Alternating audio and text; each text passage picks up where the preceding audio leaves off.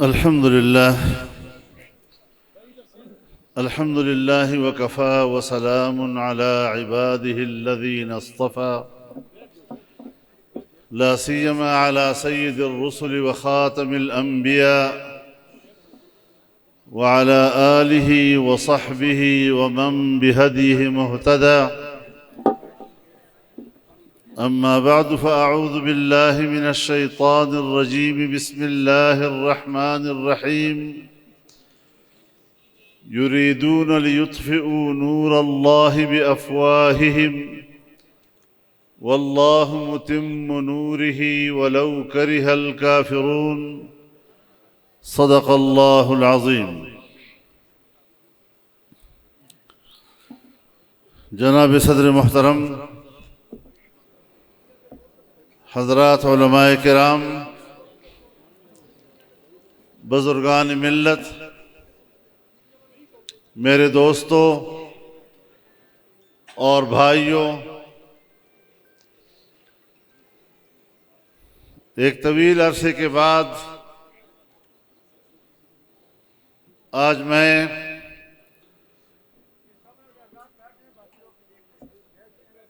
अहले मरी से मुखातिब हो रहा हूँ।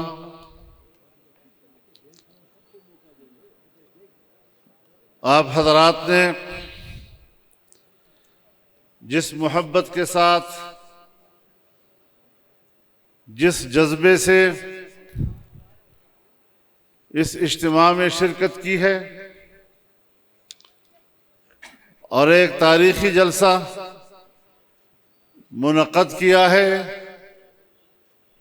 मैं दिल की गहराइयों से आपको मुबारकबाद भी पेश करता हूं और आपका शुक्रिया भी अदा करता हूं। मेरे मोहतरम दोस्तों, हर चंद के मैं एक लंबे अरसे तक यहां किसी अवामी जलसे में ना आ सका हूं, लेकिन आज का इज्तिमा ये बतला रहा है कि आपके दिलों से हमारी मोहब्बत, हमारा ताल्लुक कोई निकाल नहीं सका है और इंशाअल्लाह ये ताल्लुक अब के और भी मजबूत होगा और भी मजबूत होगा। मेरे मोहतरम दोस्तों, हमें माजी में बहुत से चैलेंजों का सामना करना पड़ा है।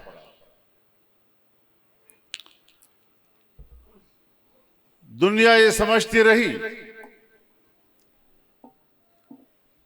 कि अब शायद नजरियाती सियासत खत्म हो चुकी है,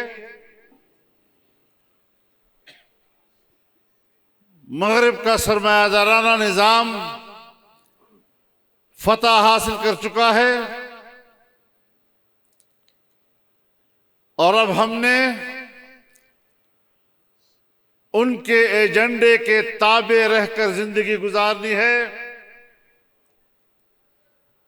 लेकिन अल्हम्दुलिल्लाह खित्ते में भी और पाकिस्तान में भी हमने उस नजरियाती चैलेंज को कबूल किया।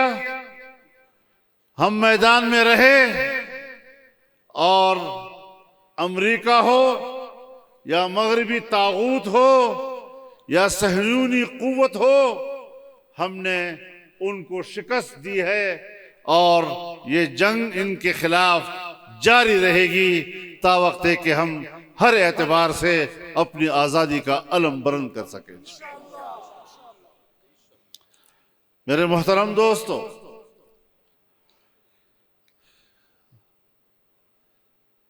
रियासत के लिए दो चीजों की जरूरत हुआ करती है, एक मुस्तहकम मईशत की और एक अमन व अमान की।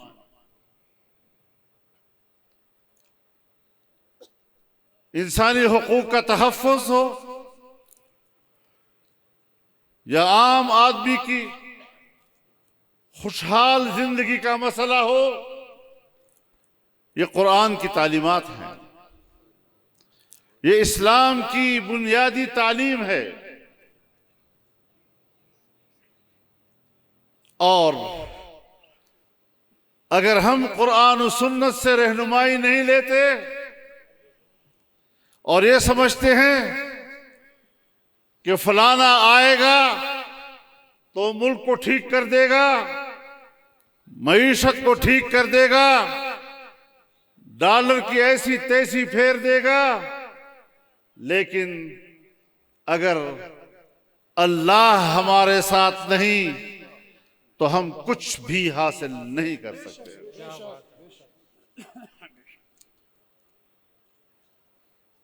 हमें इस महाज पर जंग लड़नी है। बहुत हो चुका। 75 साल पहले हमने ये मुल्क हासिल किया ला इलाहा इल्लल्लाह के नारे से। मुसलमानों ने इस वतन अजीज को हासिल करने के लिए ला इलाहा इल्लल्लाह की उम्मीद पर, ला इलाहा इल्लल्लाह के निजाम की उम्मीद पर अपनी जानें निछावर की। हमारी माओ और बहनों ने अपनी इस्मतें निछावर की। क्या किसी ने आज तक गिरेबान में झांक कर ये सोचा है कि 75 साल तक हमने ला इलाहा इल्लल्लाह का क्या मजाक उड़ाया है? क्या कभी किसी ने अपने गिरेबान में झांक कर अपना मुहासबा किया? मिन हैसुल कौम हमें सोचना है, क़ियादत ने सोचना है। और याद रखो मरी के भाइयों, मेरे दोस्तों, अब माजी की लकीरों की पैरवी करने की बजाय हमें नए ज़ाविये के साथ अपने नए मुस्तकबिल की तामीर करनी है। एक नया सफर शुरू करें, वरना वादी तीह की तरह 40 साल घूमते फिरते रहोगे, मंजिल का पता नहीं चलेगा। मेरे मोहतरम दोस्तों, यहां अंग्रेज भी आया, 150 साल तक यहां पर काबिज रहा। हमारे अकाबिर की तारीख एक दरख्शिंदा तारीख है कि उन्होंने कुर्बानियों का सिलसिला जारी रखा, लेकिन हथियार नहीं डाले और अपनी आजादी की जंग लड़ते रहे। आज ये जमीयत उलमा, आज ये परचम नबवी मेरे उन अकाबिर व असलाफ की वारिस है, उनकी कुर्बानियों और उनके नजरियात की अमीन है। और ये जमीयत उलमा जो अपनी 100 साल तारीख रखती है, उसकी पुष्ट पर कुर्बानियां हैं, उसकी पुष्ट पर 100 साल जद्दोजहद है, उसकी पुष्ट पर 100 साल एक दरख्शिंदा तारीख है। फिर हम पाकिस्तान में आज अपने मकसद की जंग क्यों नहीं लड़ेंगे? अमेरिका आया तो अमेरिका को 20 साल तक लड़ लड़कर बाहर निकाल दिया, मगर फिर भी अगर अमेरिका समझता है कि वो दुनिया का सुपर ताकत है, तो मेरे ख्याल में अगर वो अपने आप को सुपर ताकत समझता है तो वो भी अहमक है, और अगर हम उसको सुपर ताकत समझते हैं तो फिर हम भी हमाकत कर रहे हैं। कल परसों ही तो हमारी आंखों के सामने शिकस्त खा चुका है, और आज एक बार फिर सरजमीन फलस्तीन पर सहयूनी कुव्वतों ने जुल्म के जो पहाड़ तोड़े हैं, हमारे बच्चों पर 5000 के करीब छोटे बच्चे शहीद हुए हैं, हमारी माएं और बहनें शहीद हुई हैं, मलबू के नीचे अब भी दबी हुई हैं, वही मलबे ही उनके कब्रिस्तान बने हुए हैं। ये बुज़दिल का काम हुआ करता है जो छोटे बच्चों पर बमबारी करता है, औरतों पर बमबारी करता है, पुरअमन शहरियों पर बमबारी करता है। तुम्हें जुर्रत है तो फिर मैदान में क्यों नहीं आ रहे?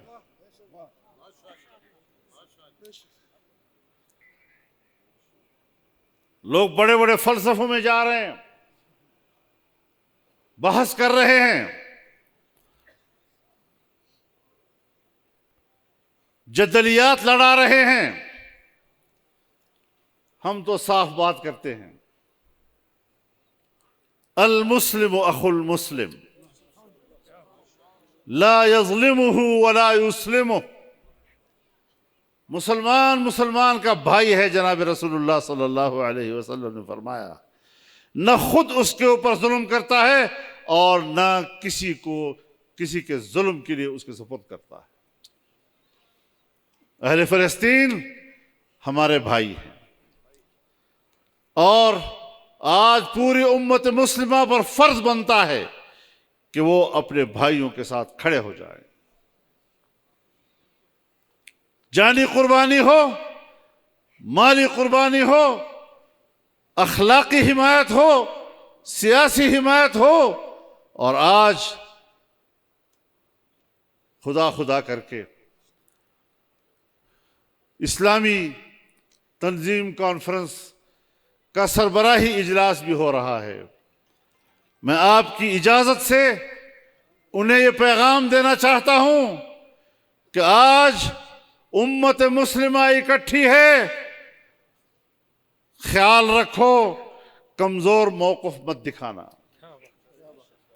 अगर अमेरिका और मगरबी दुनिया अपने बहरी बेड़े लाकर सहयूनी कुव्वतों की हिमायत कर सकता है, उनके शाना बशाना लड़ने के लिए आ सकता है, तो फिर मुसलमान बिरादरी उसको क्या सांप सूंघ गया है कि वो अपने घरों में सिर्फ रोने ही के लिए हैं और मैदान में निकलने के लिए नहीं। मेरे मोहतरम दोस्तों, अगर अफगानिस्तान के महाज पर हमारे भाइयों पर तकलीफ आई, हम शाना बशाना खड़े रहे। आज अगर फ़लस्तीन के मुसलमानों पर एक मुश्किल घड़ी आई है, पूरी दुनिया के मुसलमान का फर्ज है कि उनके शाना बशाना खड़ा हो जाए। और जमीयत उलमा इस्लाम ने पेशावर में जलसा किया, कोयटा में जलसा किया, कराची में जलसा किया, और इंसानियत दूर दूर तक फैली हुई नजर आ रही थी।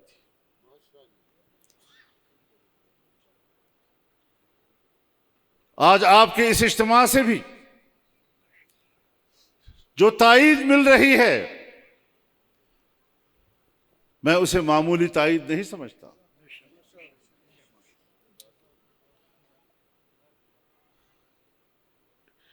मुसलमान उम्मत क्या चाहती है? इस्लामी क़ियादत ने मुसलमानों के जज्बात को देखना है, और अमेरिका, खुद अमेरिका में वहां के अवाम ने इस जुल्म के खिलाफ मुजाहरे किए हैं। बरतानिया में मुजाहरे हुए हैं, फ्रांस में मुजाहरे हुए हैं, और अपनी हुकूमतों पर तनकीद की है। जो कुछ आज हो रहा है वो दुनिया के अवाम की राय के मुताबिक नहीं हो रहा। हम इस्लामी तंजीम कॉन्फ्रेंस से उम्मीद रखते हैं कि वो जुर्रतमंदाना मौक़िफ़ ले और बराह रास्त अपने भाइयों के साथ शाना बशाना खड़े होने का ऐलान करे।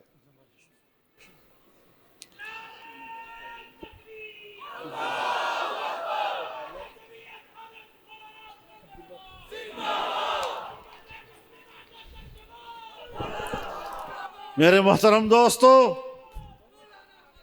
मैंने कोई परवाह किसी की नहीं की। और अपने इस वतन अजीज की और इस सरजमीन पर बसने वाले पाकिस्तानियों की नुमाइंदगी करते हुए मैं फ़लस्तीन की हमास क़यादत को मिलने के लिए गया और मैंने उनकी क़यादत को वाज़ेह तौर पर कहा कि पाकिस्तान का बच्चा बच्चा आपके शाना बशाना खड़ा है। नारे तकबीर।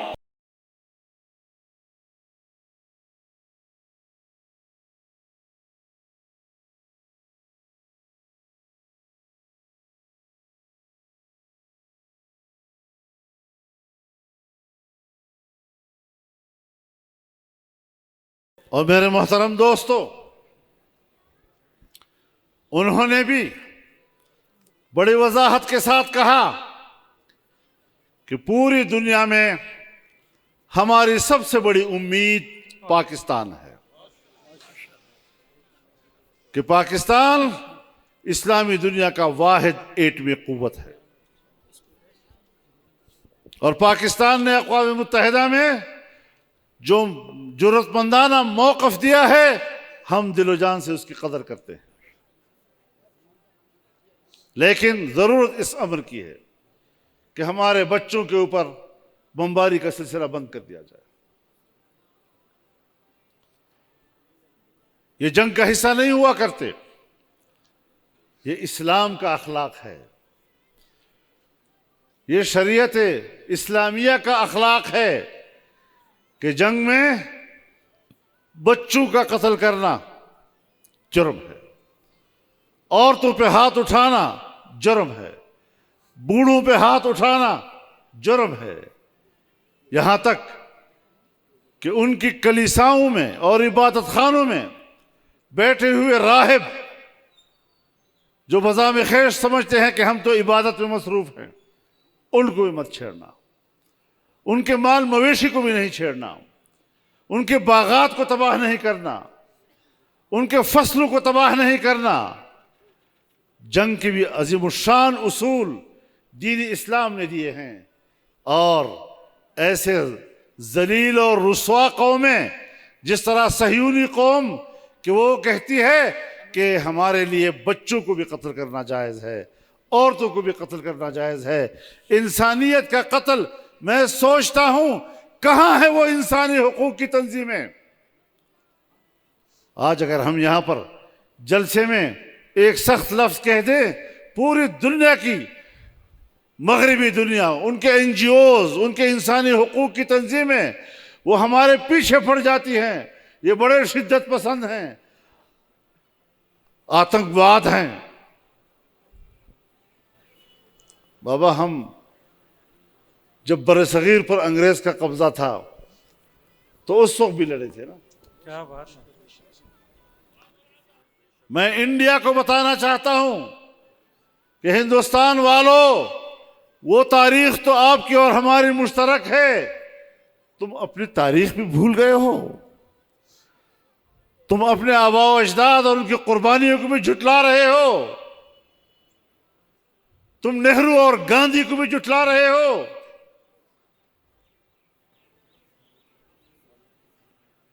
ये हिंदुस्तान की तारीख थी और मैं जमीयत उलमा हिंद का शुक्रगुजार हूं कि उन्होंने वहां की अपनी हुकूमत से इख्तलाफ किया और वाज़ेह ऐलान किया कि हम फ़लस्तीनी मुजाहिदीन को दहशतगर्द कहने से इनकार करते हैं। सो मेरे मोहतरम दोस्तों, आज इंसानी हुकूक की तंजीमें गुम हो गई हैं, उनको फ़लस्तीन के और गज़ा के बच्चे नजर नहीं आ रहे, उनको वो जुल्म सितम याद नहीं आ रहा। अमेरिका जब भी बात करता है इंसानी हुकूक की बात करता है। किस चीज के इंसानी हुकूक? वो इंसानी हुकूक जो ग्वांटानामो में उसके मनाजिर हमने देखे थे, जहां पर उन्हें जनेवा कन्वेंशन के तहत कैदियों के हुकूक भी उनको नहीं दिए गए और इनकार किया गया। बरह ना करके, लिटाकर अमेरिकी फौजी उनके पुष्ट पर बैठकर सिगरेट पिया करते थे, बर्फों पर लेटाते थे। और आज भी बागराम के उकूबत खानों में दीवारों पर उनका खून नजर आ रहा है। तुमने इराक में अबू गुरैब जेल में क्या किया? जिंदा इंसानों पर कुत्ते छोड़े और कुत्ते उनको नोचते रहे। ये तुम्हारे इंसानी हुकूक हैं। तुम्हारे समंदरों में खड़े बहरी बेड़ों के अंदर जो उकूबत खाने हैं और जिस तरह इंसानियत के साथ किया, तुम्हारे तो अंग अंग से इंसान का खून टपक रहा है। आप किस बुनियाद पर इंसानी हक की बात करते हैं?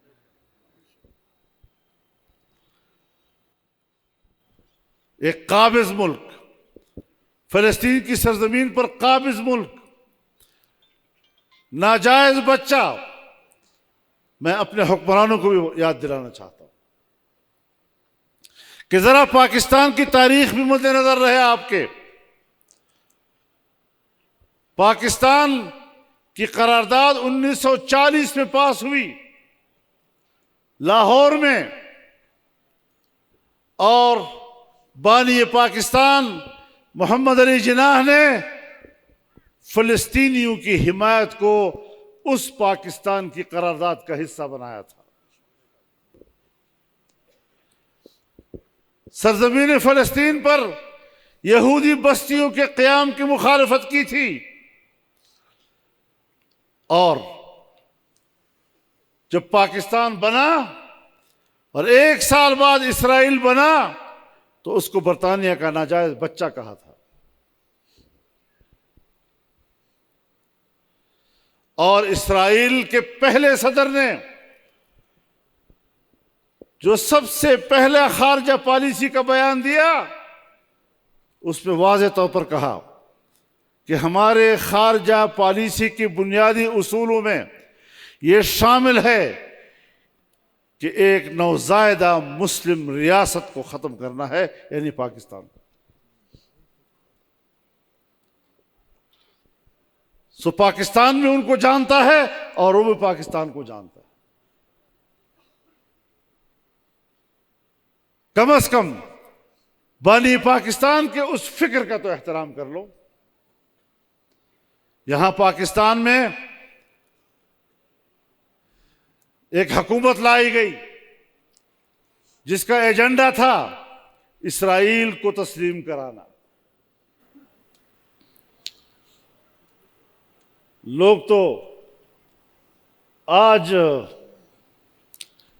इसराइली मसनूआत का बाइकाट कर रहे हैं ना, तो हमने तो 15 साल पहले बाइकाट किया था।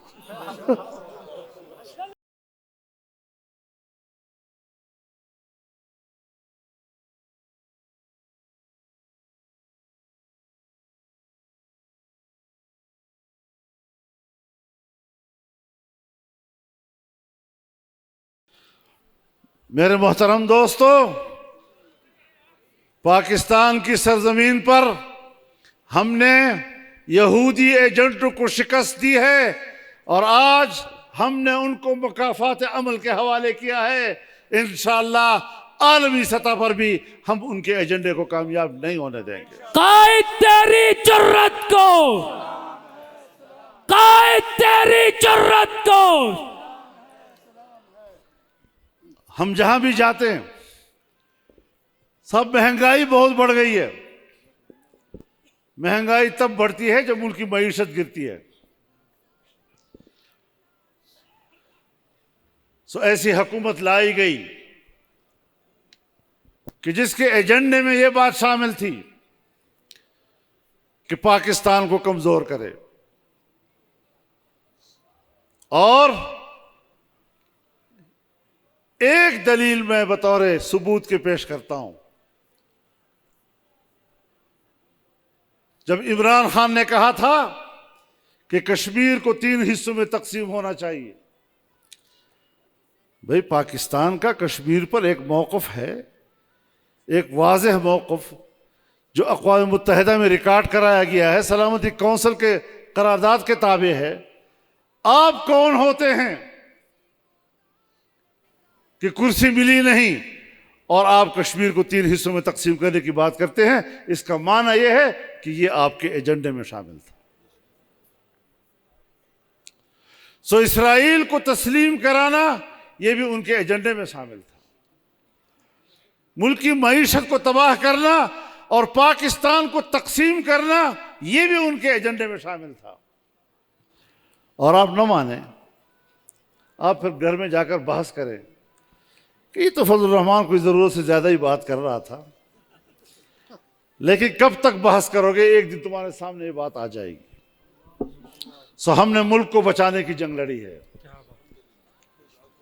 और जब पाकिस्तान दिवालियापन के किनारे लग रहा था और करीब था कि दुनिया पाकिस्तान को दिवालिया करार दे और कोई मुल्क पाकिस्तान को 1 रुपया भी मदद न दे, क्योंकि एक दिवालिया मुल्क को कौन मदद देता है? तो फिर तब जाकर सबकी आंखें खुली। पहले सिर्फ हम कहते थे ये फितना है, अब जिससे बात करो कहते हैं वो फितना। कायद तेरी बसीरत को। पहले सिर्फ हम कहते थे ये बैरूनी एजेंडा लेकर आए हैं, आज सब कहते हैं ये तो बाहर के एजेंट थे। तो हमने इस एजेंडे को नाकाम बनाया है। और मैंने जब अभी आदमी एतमाद नहीं आया था और जब नई हुकूमत नहीं बनी थी, तो मैंने बड़े बड़े जलसों में ये बात कही थी कि मुल्क की मईशत अब इस हद तक गिर चुकी है कि नई हुकूमत इसको दोबारा संभाला नहीं दे सकेगी। सिर्फ इतना संभाला हमने दिया 1.5 साल में कि दिवालियापन से निकाल दिया, मुश्किल से। लेकिन अभी तक चैलेंजेस मौजूद हैं। अगर मुल्क की मईशत के बेहतरी की तरफ कुछ इशारात मिले भी हैं, तब भी अभी तक आम आदमी को उसके समरात नहीं मिल रहे।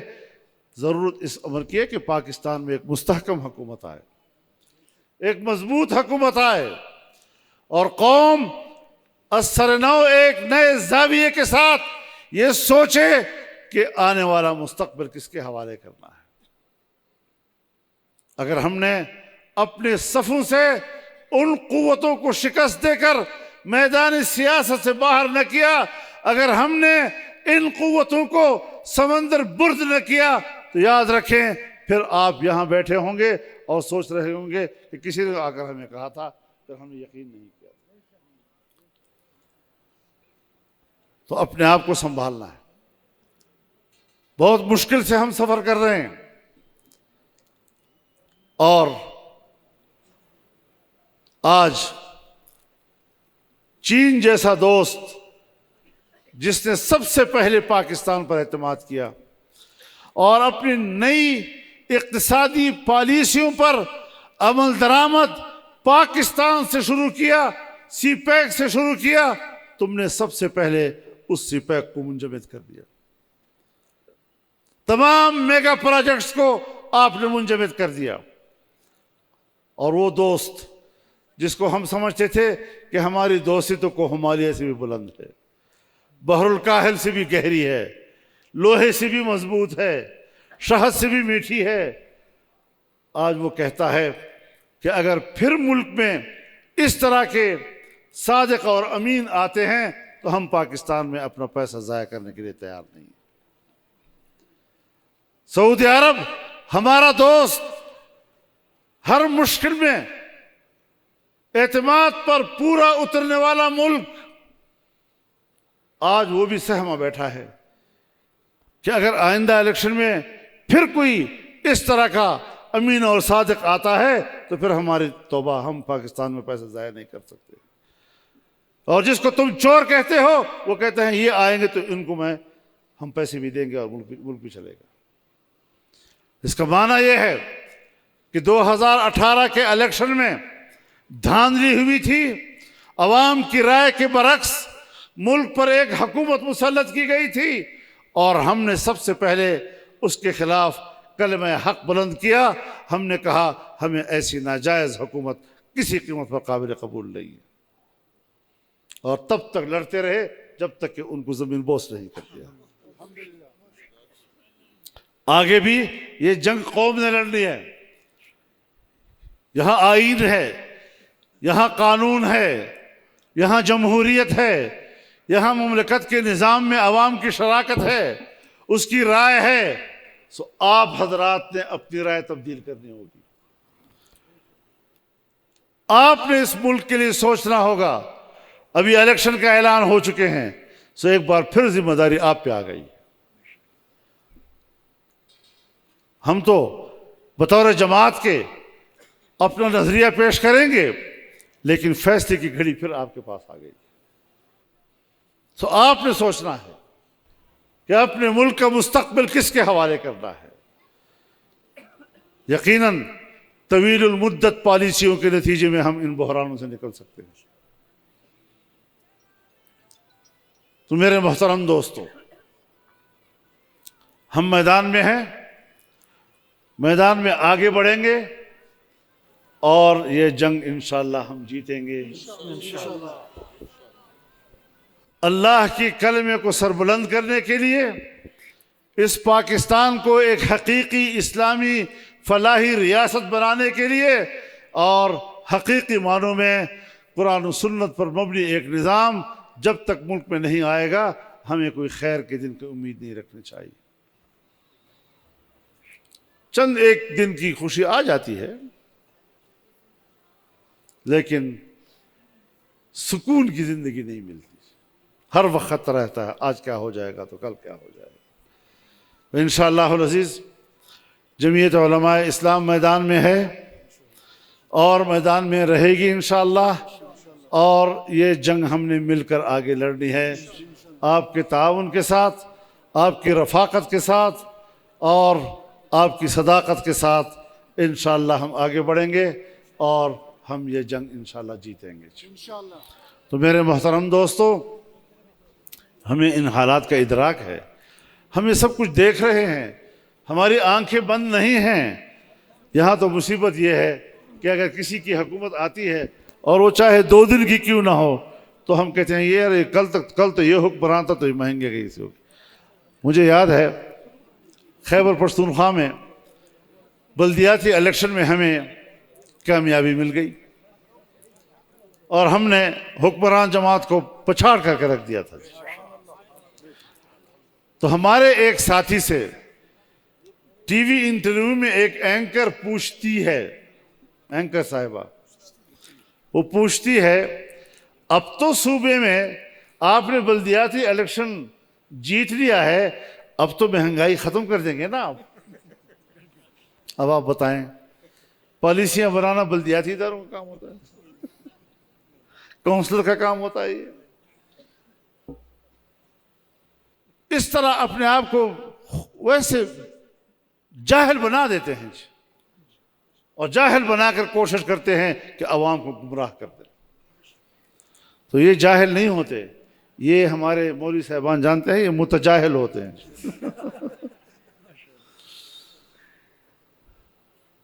इस किस्म की चीज़ों पे मत नहीं आना हमने, और बड़े इस्तकामत के साथ अल्लाह पर तवक्कुल करते हुए पूरी खुद एतमादी के साथ जमीयत उलमा के परचम को बुलंद करते हुए हमने आगे बढ़ना है। अल्लाह ताला कामयाबी उससे सरफराज फरमाए और पाकिस्तान को अल्लाह ताला कुरान और सुन्नत का गहवारा बनाए, यहाँ पर माशी खुशहाली लाए, यहाँ तरक्की लाए और पाकिस्तान को अल्लाह ताला उन क़ुव्वतों से निजात दे जो दर हकीकत वो यहूदी के लिए, सहयूनी के लिए और बैरूनी एजेंडे के लिए काम करते हैं। व आखिर दावाना अनिल हम्दुलिल्लाहि रब्बिल आलमीन।